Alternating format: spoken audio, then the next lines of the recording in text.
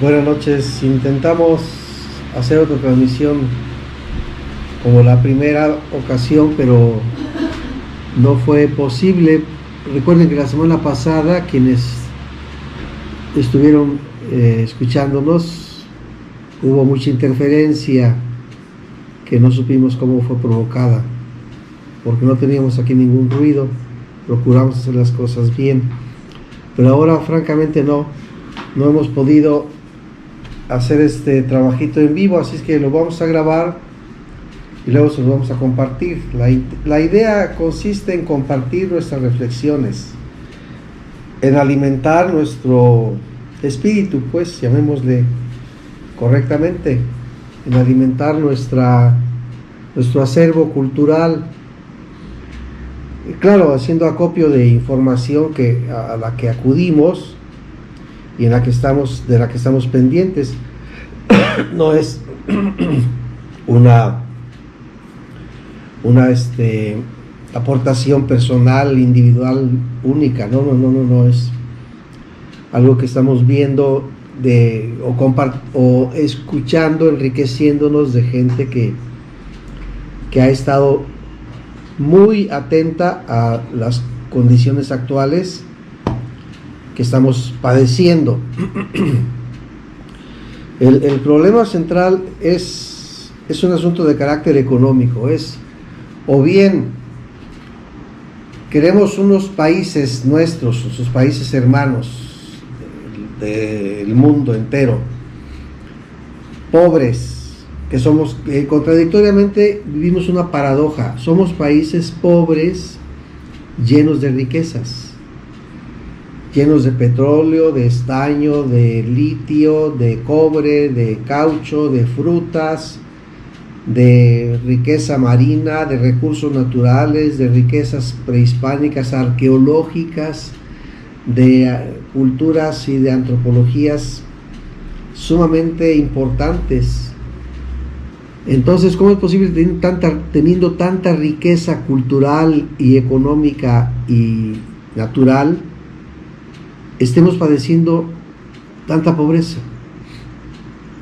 Por eso el sueño de Bolívar, fíjense cuántos temas hay que tocar. Pues el sueño de Bolívar era hacer una América única, un solo país, sin fronteras. Decía Bolívar: tenemos el mismo pasado histórico de opresión, de esclavitud, de saqueo, de muerte, el mismo lenguaje, el español, pues que ya estábamos manejando, con todas nuestras otras lenguas enriquecidas, originarias, pero el español nos unificaba, y además nos unifica, y una misma religión, así lo utilizaba él, una misma religión, un mismo lenguaje, un pasado histórico. ¿Por qué no ser un solo país? Y lo intentó, organizó un congreso llamado Anfictiónico en Panamá, que no tuvo el éxito deseado, y le dijo a su secretario ya al final de sus días: hemos arado en el mar. Y entonces vinieron las divisiones. Otro ejemplo pongo rápido. Centroamérica era una sola república, la República Centroamericana. ¿Quiénes la partieron en 5 pedacitos? Pues la partieron los intereses de los poderosos. Panamá estaba integrado a Colombia, era el brazo de Colombia, Panamá. Lo rompieron los intereses franceses y luego norteamericanos para abrirlo en canal. Y bueno, nuestra Mesoamérica llegaba hasta Nicaragua. En Nicaragua ustedes pueden encontrar nombres nuestros como Jalapa, Ocigüina, Estelí, Managua, León. Es decir, hemos compartido muchas cosas interesantes. Entonces el conflicto está en: o bien recuperamos nuestros países con nuestras riquezas, nuestros recursos, nuestra mano de obra en favor de nosotros mismos, o bien dejamos que una banda, una gavilla de saqueadores la entregue a los intereses extranjeros. Repasemos la historia. Cuauhtémoc, ¿contra quién luchó Cuauhtémoc? Pues contra el invasor extranjero, contra la esclavitud, contra el saqueo. ¿Contra quién combatió Miguel Hidalgo y Morelos y Rayón y Guerrero? Contra el invasor extranjero. ¿Contra quién combate Benito Juárez y los liberales de la Reforma? Contra el invasor austriaco, emperador extranjero. Y ahora pues tenemos que recuperar todo ese asunto. ¿Qué hicieron? Por eso el conflicto, por eso los partidos como el PRI, como el PAN, el conflicto serio es que esos partidos han estado entregando las riquezas naturales y recursos al invasor extranjero, ahora por la vía legal. Ya no tienen que depositar sus plantas aquí para invadirnos y amenazarnos y acribillarnos. Han sido invitados por estos partidos a venir a apropiarse de nuestras minas, de nuestros minerales, de nuestras riquezas, nuestros recursos. Y se los hemos estado entregando con la anuencia de los diputados y diputadas, hombres y mujeres del PRI, del PAN y del Verde Ecologista y de los partidos adláteres, cómplices de esta entrega. Ahora que tenemos un nuevo gobierno, no es un gobierno que está planteando ya una radical distinción de sistemas económicos. Es un gobierno que está recuperando el papel del Estado. Eso lo veremos con calma, después con toda calma, ya lo hemos comentado alguna vez. El papel del Estado, la rectoría económica del Estado, que dice artículo 25 de la Constitución. El Estado es el rector de la economía, no el mercado. Entonces, o privatizamos los recursos y las riquezas y nuestra mano de obra, entregándola al invasor extranjero, no tengo por qué dejar de llamarle invasor, o bien la recuperamos para nosotros mismos. ¿Cómo hacemos eso? Pues recuperando nuestra historia. Vaya, en este caso no es a quién le vamos, no se trata de un partido de fútbol, no es que le vayamos al Atlante o al Necaxa o al Cruz Azul o al Puma, que es el equipo que sabe jugar muy bien fútbol. O bueno, si ya su ignorancia es grave, pues pueden ir a la América incluso. Pero no se trata de ver a quién le va uno, se trata de ver quién tiene la razón histórica, la razón política, la razón económica. Porque esto no es un asunto de a ver a quién le vas, sino qué argumentos son los más válidos para tomar una decisión. Y bueno, estamos viviendo un antisistema neoliberal, capitalista, depredador, perverso, impuesto por los países dominantes. Le han llamado el consenso de Washington, no sé por qué el consenso, quién lo aceptó, y así lo han repetido más de uno. Los países dominantes han impuesto este antisistema que se caracteriza por una extrema codicia, avaricia, abusos y privilegios destinados a convertir a un pequeño círculo de políticos y empresarios en auténticos emperadores.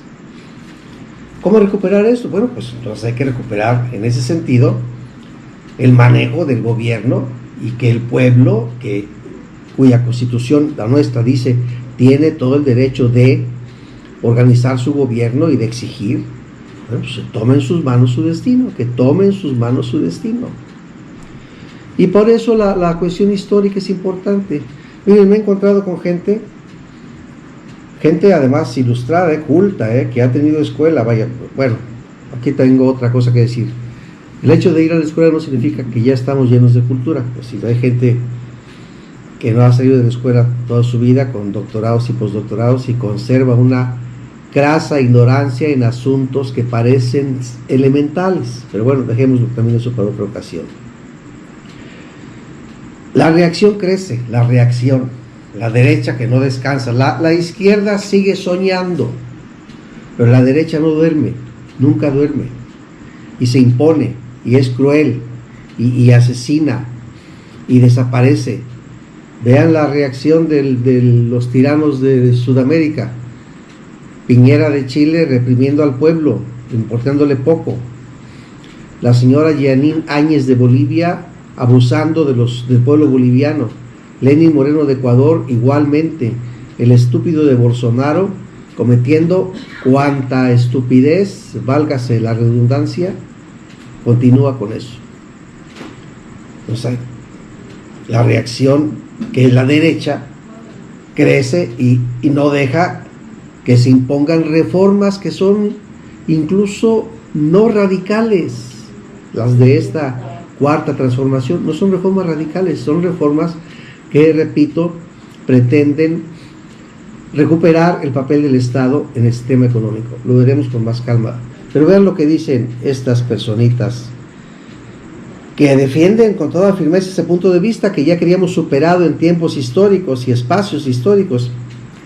Dicen que Porfirio Díaz fue el mejor presidente de México, que Benito Juárez fue un ingrato con la iglesia, que lo protegió y lo acogió en su seno, que Emiliano Zapata, así dijeron textualmente, no es santo de su devoción, además fue un robavacas, un mujeriego, válgame Dios, y un asesino.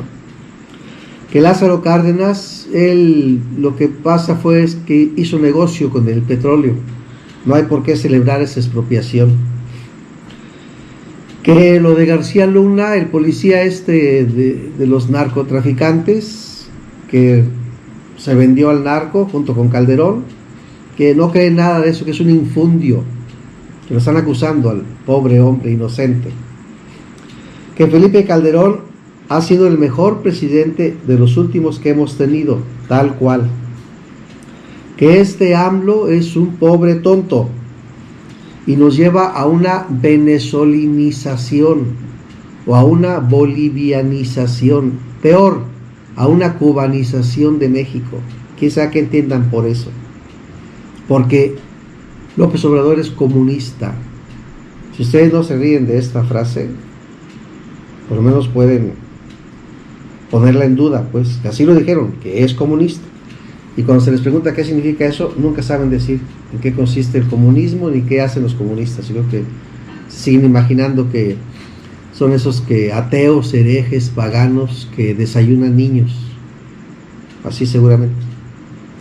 Que Evo Morales, el de Bolivia, qué bueno que ya se fue, porque es un indio, dicho con todo desprecio, que sometió a los pobres bolivianos. Es decir, no recuperó el estaño, ni el litio, ni el agua, no. Simplemente eso, fue un tipo que abusó de los bolivianos. Lo peor de América Latina es Cuba. Fidel Castro, qué bueno que ya se murió. Pinochet fue un presidente en Chile, pues digamos buena gente, hasta comulgó. Cuando el Papa Juan Pablo II fue a Chile, Pinochet comulgó de manos del Papa Juan Pablo II. Además hay que hacer mucha oración para impedir que México se pierda en manos de estos comunistas ateos. Mucha oración. Incluso mandaron un mensaje por WhatsApp para que se hiciera la oración y que usted lo mandara también a otros y ese a otros, y entonces eso fortalecería nuestro país contra esos ateos. Y además que todos los opositores de izquierda, o todos los opositores, todos aquellos que reclaman tierra, derechos laborales, prestaciones sociales, mejores salarios, que están en contra de sus patrones explotadores, lo que pasa es que en el fondo son una bola de resentidos y una bola de envidiosos. Por una persona de esta agrupación, de esta colectividad que piensa así, pues yo la conozco, es una mujer profesionista, con una vida llena de viajes, diversiones, música, baile, familia pudiente, bastante cantidad de dinero, pero no tiene conocimiento de su propia historia y se traga cualquier nota que vaya en contra de este gobierno actual. No tienen más que opiniones, no digieren ninguna nota informativa, se manejan con odio manifiesto contra todo aquello que suene a izquierdismo, peor, a revolución. Es un conglomerado atiborrado de opiniones, de insultos, de comentarios, de denuestos, de desprecio manifiesto, escúchese, contra los pobres, más si son indígenas. Pero aquí viene lo más simpático: no se tientan el corazón para manifestarse como creyentes, porque hacen alarde de su fe pública y citan a la Virgen de Guadalupe y manifiestan preces en salmos y jaculatorias frecuentes. Es decir, son gente fanática, racista, clasista, individualista, egoísta, mezquina. pero cristiana, porque hace alarde de su fe, sobre todo en público. El hecho de que tenga recursos suficientes o más posesiones o más dinero del que puede utilizar es el signo de que Dios los ha bendecido y los ha protegido de los malandrines, de los pedigüeños, de los pobres, a quienes por supuesto socorren con limosnas, con despensas y con ropita usada. Otra es una maestra de Oaxaca, precisamente, que mantiene la misma posición con respecto a Porfirio Díaz e ignora voluntariamente las matanzas de Porfirio Díaz frente a las huelgas de Cananea y de Río Blanco en Veracruz. ¿Cuál era la frase favorita de Porfirio Díaz? Mátenlos en caliente. Esa maestra, es lo lamentable que es maestra, se supone que leyó textos de historia. Tampoco ha de saber del hambre ni de los despojos que sufrían nuestros campesinos de fines del siglo XIX y principios del XX. Recuerden que las cercas y las alambradas caminaban de noche. Hay un texto de Paco Ignacio Taibo que se llama Yaquis, que habla de otro genocidio del porfiriato, cuando la huelga de Cananea. ¿Qué hizo? En este texto Paco Ignacio Taibo narra cómo fueron hechas presas las mujeres yaquis enviadas a Yucatán en calidad de esclavas para trabajar el Enequén, de Sonora a Nayarit en barco y de ahí por tierra hasta Yucatán. Cuenta el texto que las mujeres se arrojaban al mar con sus hijos de brazos, prefiriendo la muerte a la esclavitud. La idea de esta reflexión que les comparto es advertir que el fanatismo, el conservadurismo, la ignorancia histórica, como consecuencia de la ideología reaccionaria sembrada por los aparatos ideológicos del Estado, los medios de comunicación, la misma iglesia, la familia y hasta la misma escuela, no han desaparecido, se siguen reafirmando y siguen divulgando, causando estragos y haciendo añicos cualquier fortaleza intelectual. Agregan algo más, estas personitas están en favor de la pena de muerte. Les digo que son un atiborrado, conglomerado, manojo de opiniones superficiales y nefastas. Habría que cuestionarlos, pues, para saber si esa actitud que mantienen, despreciando a los pobres, y además asumiéndose como cristianos creyentes, les da plenitud en su diaria existencia. Si realmente disfrutan ese desprecio a los pobres, desprecio a sus prójimos, maltratando a quienes no comparten ni su suerte ni su fariseísmo.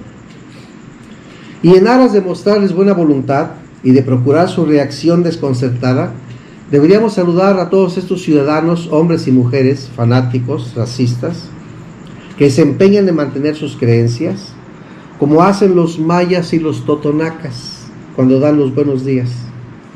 Los mayas dicen: ¿hay rectitud en tu espíritu? En lugar de decir buenos días, preguntan: ¿hay alegría en tu espíritu? Y los totonacas dicen: ¿qué dice tu corazoncito? Miren qué bonito saludo. Y esos son dos de nuestros pueblos que nos llenan de ternura. Claro, lo dicen en su lengua. Me hubiera gustado repetírselas en su propia lengua, lástima, no puedo hacerlo. Espero aprender algo de ellos, por supuesto. Les dejo esta reflexión, se las comparto con mucho gusto y ojalá podamos tener oportunidad de hacerlo en vivo para seguir alimentando nuestro pensamiento y estando alertas a las cosas que ocurren a pesar de las circunstancias, no tirarnos en nuestra hamaca, no dormir nuestros laureles. Muchísimas gracias, pásenla muy bien, cuídense mucho.